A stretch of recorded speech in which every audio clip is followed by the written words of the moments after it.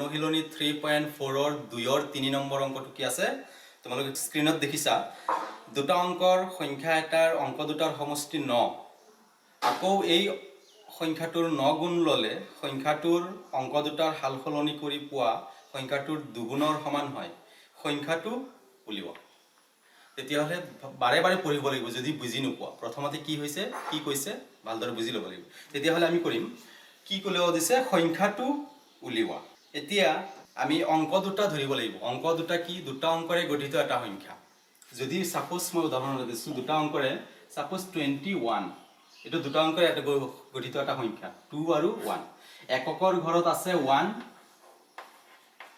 আৰু দহকৰ ঘৰত আছে 2 মানে সংখ্যাটো কেনে দহকৰ ঘৰত 2 ৰ লগত 10 পূৰণ মানে 2 * 10 প্লাস 1 * 1 টো এককৰ ঘৰত আছে 1 পূৰণ 1 মানে কিমান হ'ল 2 * 10 20 যোগ 1 * 1 1 মানে 21 সংখ্যাটো এনেদৰে সৃষ্টি হৈছে এককৰ ঘৰত 1 আছে দহকৰ ঘৰত 2 আছে তেতিয়া দহকৰ ঘৰৰ লগত 10 পূৰণ এককৰ ঘৰটোৰ লগত 1 পূৰণ স্থানীয় মানবিলাক তোমালোকে আগত পাইছা যিসকলে পাহৰিছা মনত পেলাবলৈ চেষ্টা কৰা দেই এতিয়া এনেদৰে আমি সংখ্যাটো পাইছো এতিয়া আমাক লাগিব এককৰ ঘৰৰ অংকটো আৰু দহকৰ ঘৰৰ অংকটো আমাক লাগিব এতিয়া আমি এইকেইটা অংক ধৰি লওঁ x বা y ধৰো এককৰ ঘৰৰ অংকটো x দহকৰ ঘৰৰ অংকটো y বুলি আমি ধৰিছো এককৰ ঘৰত x আৰু দহকৰ ঘৰত y অংকটো বুলি আমি অংক দুটা ধৰি লৈছো এতিয়া এতেকে সংখ্যাটো কি হ'ব এতেকে সংখ্যাটো কি হ'ব সংখ্যাটো কি হৈছে এককৰ ঘৰত যদি 1 আছিল দহকৰ ঘৰত 2 আছিল সংখ্যাটো কিমান হৈছিল 21 হৈছিল 21 হৈছিল এতিয়া এককৰ ঘৰত আছে x দহকৰ ঘৰত আছে y তেতিয়া হলে আমি x y x এনেকৈ পাতি দিলে হ'ব নেকি নহয় কেতিয়াও নহয় এককৰ ঘৰৰ অংকটোৰ লগত 1 যোগ কৰিম 1 পূৰণ কৰিম আৰু দহকৰ ঘৰৰ অংকটোৰ লগত 10 পূৰণ কৰি যোগ কৰি যিমান হ'ব সংখ্যাটো তেনেকৈ কৰিম আমি এইটো লিখিলে নহব আমি কৰিম কি সংখ্যাটো কি হ'ব তেতিয়া এককৰ ঘৰত দহকৰ ঘৰৰ লগত আছে y এককৰ 10y মানে 10 * y 10y plus x into 1 1 টো নিলিখিলেও হয় সংখ্যাটো কি হ'ল কি পালো আমি এতেকে দহকৰ ঘৰৰ অংকটোৰ লগত 10 পূৰণ যোগ এককৰ ঘৰৰ অংকটোৰ লগত 1 পূৰণ মানে x তেতিয়া হলে তোমালোকে ইয়াৰ পৰা নিশ্চয় সংখ্যাটো ইমান বুলি বুজি পাইছা আমি সংখ্যাটো পালো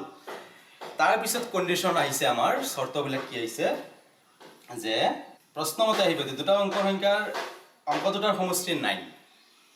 প্ৰশ্নমতে according to question কি লিখিব পাৰে অংক দুটাৰ সমষ্টি 9 বুলি কৈছে এতিয়া অংক দুটা আছিল x আৰু y আমি কি x + y = 9 লিখিব পাৰিম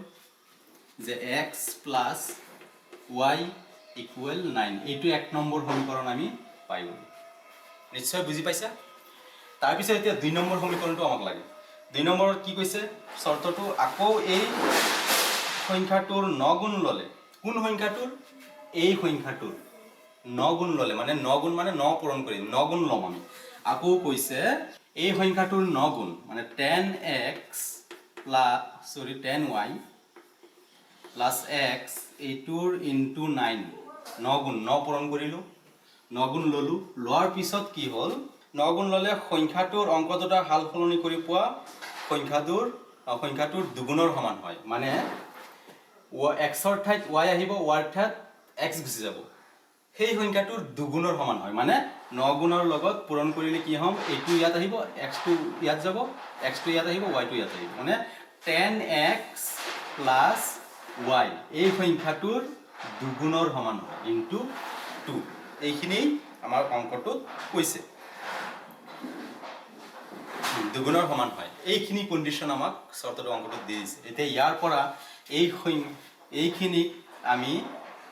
এনেকুৱা আৰ্হিত প্ৰকাশ কৰিব লাগে সিম্পল আকাৰত কৰিব লাগে সমীকৰণৰ আৰ্হিত প্ৰকাশ কৰিব লাগে প্ৰথম কাম তাৰ পিছত আমি এইখিনি কৰি 9 পূৰণ কৰিলে কি হ'ব 90y আৰু 9x ইকুৱেল ইয়াত কি হ'ব 20x + 2y 90y 9x আৰু 20x এইফালে আনি কিমান হ'ব x মানে আমি কৰিম কি 9x আৰু -20x আৰু ইয়াত আছে 90y + 90y আৰু 2y আমি হেলে লৈ আহিম -2y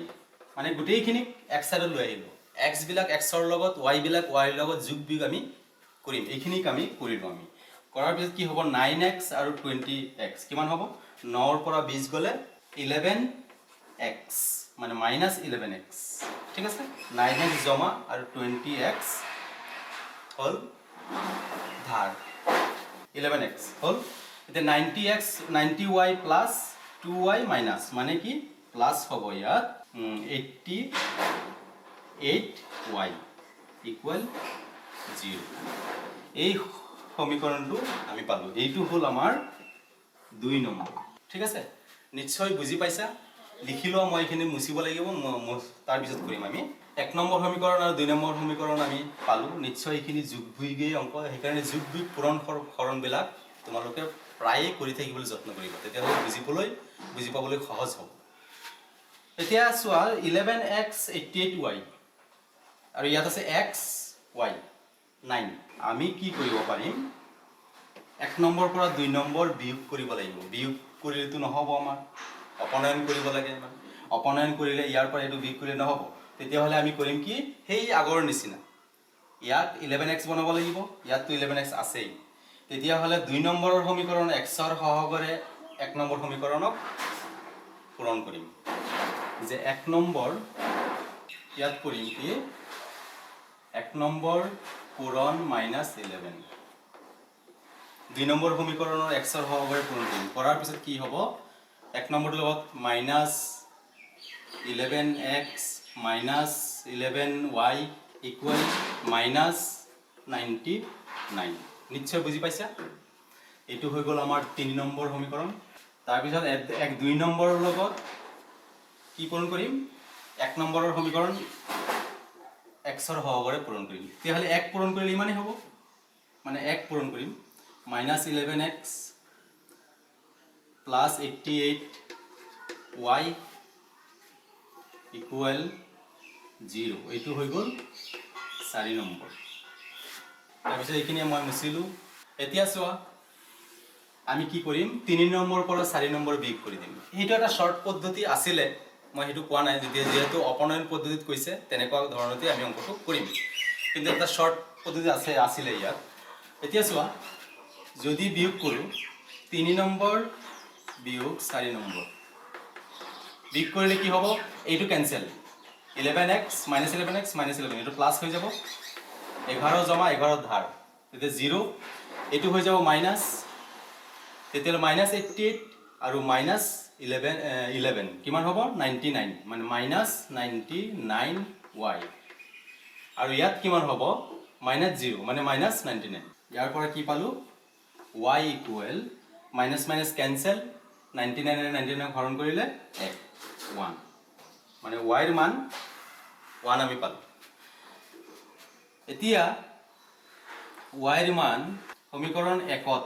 বহুৱাই কি পাম আমি সমীকৰণ 1 নম্বৰটো কি আছিল x y ইকুৱেল 9 আছিল 1 নম্বৰ সমীকৰণটো আছিল x y ইকুৱেল 9 দুটা অংক দুটাৰ সমষ্টি 9 আছিল এতিয়া ইয়াত বহুৱাই দিয়া y এর মান 1 আছে x plus 1 equal 9 x equal কিমান হ'ব 9 1 হেফালে ললে মাইনাস মানে x equal 8 হ'ব নিশ্চয় বুজি পাইছে x ৰ মান আৰু y ৰ মান 1 x ৰ মান আমি অপনয়ন পদ্ধতিৰে অপ্ৰতিস্থাপন পদ্ধতিৰে পালো এতিয়া লাস্ট ফিনিশিং হল অংকটো কি হল আমাৰ সংখ্যাটো কি আছিল এতেকে নিৰ্ণয় সংখ্যাটো কি আছিল আমাৰ 10y plus x এইটো আছিল আমাৰ সংখ্যাটো আমি যে সংখ্যাটো প্ৰথমতেই লিখিছিলো যে অংক দুটা হল একৰ ঘৰৰ x দহৰ ঘৰৰ y তেতিয়া হল সংখ্যাটো কি আছিল 10y plus x ইয়াত আমি মানটো বহাই দিয়া 10 into y এর মান হল 1 plus x এর মান হল 8 বহাই দিয়া 10 গুণ 10 plus 8 কিমান হ'ব 10 plus 8 মানে 18 তেতিয়া হলে নিৰ্ণয় সংখ্যাটো কিমান পালো আমি 18 তে এনেকুৱা অংকবিলাক খুব ইজি হয় যদি তোমালোকে বুজিবলৈ যত্ন কৰা চেষ্টা কৰা যোগ বিয়োগ পূৰণ হৰণখিনি ঠিক ভালদৰে কৰিব পাৰিলে অংকবিলাক তোমালোকে নিশ্চয় পাৰিবা তেন্তে এইটো ভিডিঅ'ৰ পৰা বিদায় লৈছো থ্যাংক ইউ